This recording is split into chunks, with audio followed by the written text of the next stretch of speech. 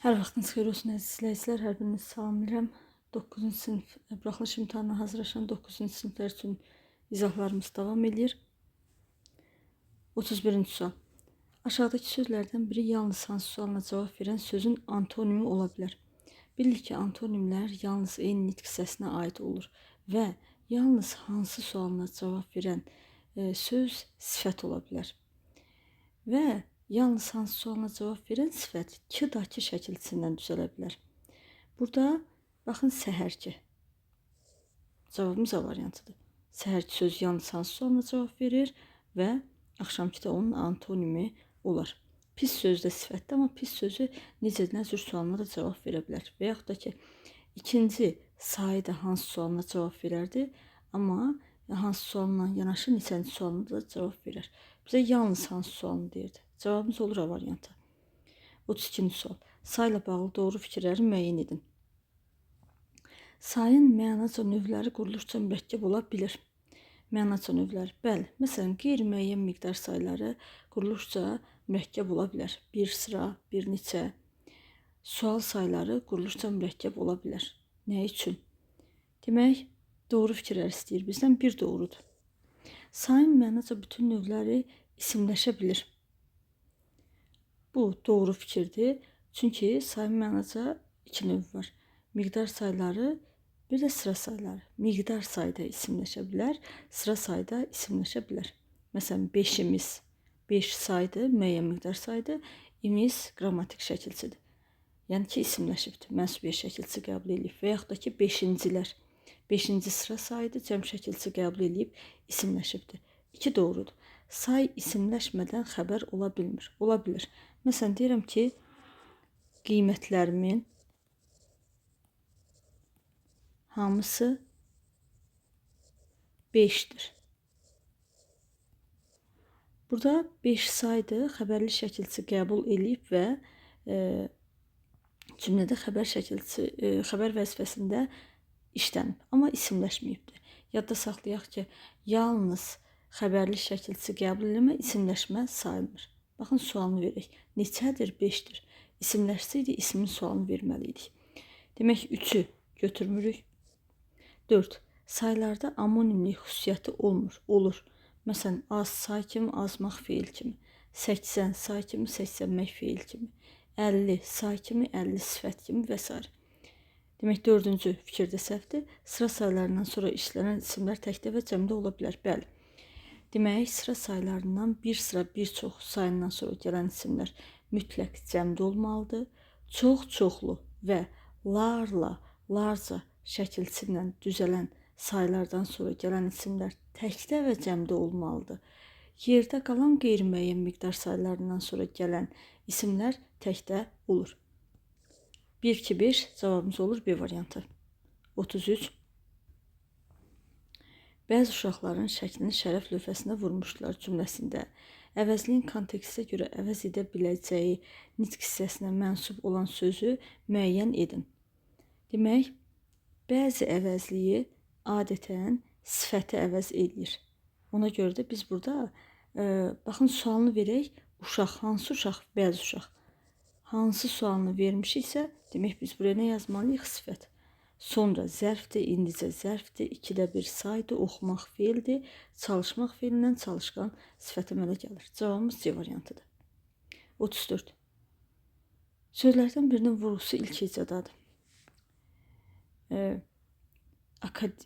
Demək, akademik sifətsə vurğu sondadır. Sonra samit vurğu sondadır. Xartut vurğu ilk hecadadır. Mütləq əgər sifətsə vurğu sondadır. Mütləq hündürlük. Necə hündürlük? Vurğu sondadır.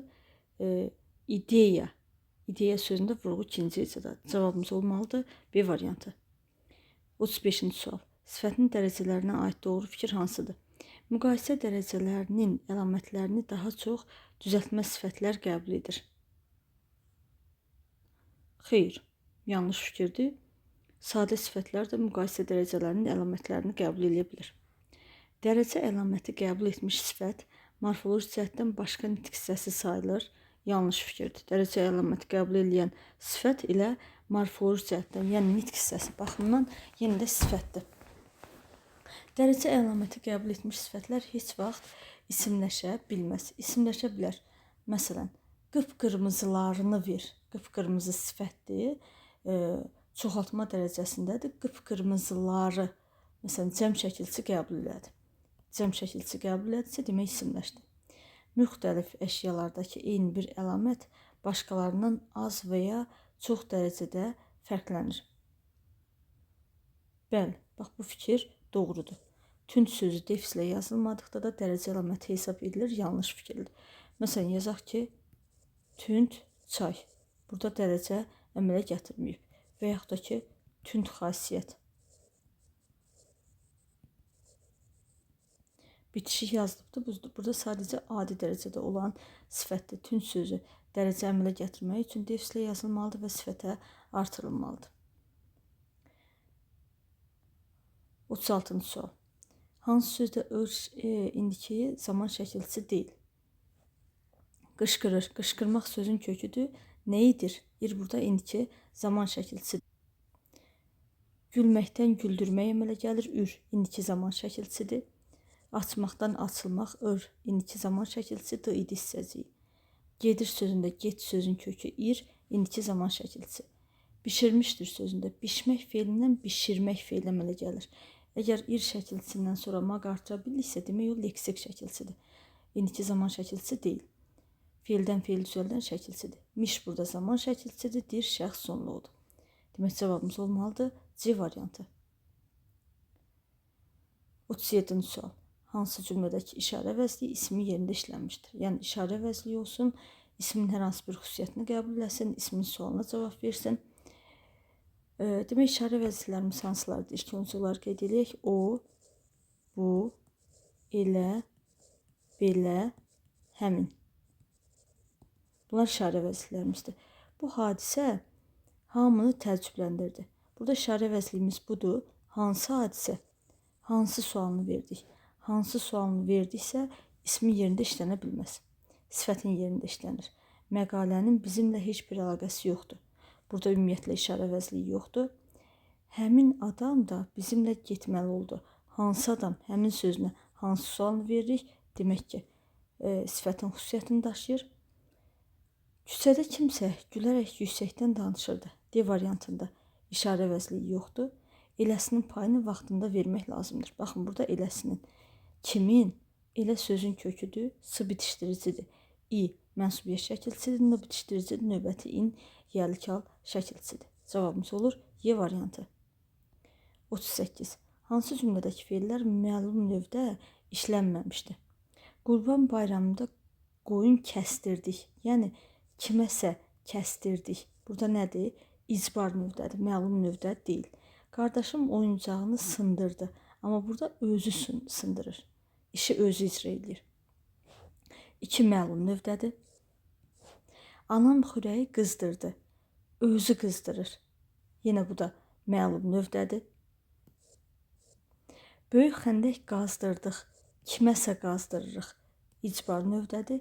Fermerlər torpağı şumlatdılar. Kiməsə şumlatdılar. Bu da yenə icbar növdədir. 1, 4, 5. Cavabımız B variantıdır. 39-cu sual. Biri sayla ismin arasında numerativ söz kimi işlənə bilməz. Məsələn, 1 qram su, 1 sap mirvari, 1 maşın odun, 1 top parça, amma su sözünü işlədə bilmərik. Cavabımız olur D variantı. 40-cı sual. Hansı sərgidəki sözlər həm ümumi, həm də xüsusi isim kimi işlənə bilər? Demək, A variantında vüqardan cəsarət olar, amma məğrur necə sifətdir? Ülvi, Nicat, bənövşə. Nicatdan bənövşə olar, amma ülvi his, necə his? Ülvi sifətdir.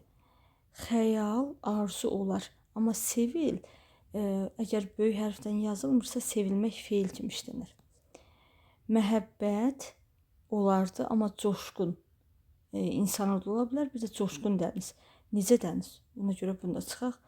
İntiqam, daşqın, sədaqət. Bunlar nədir?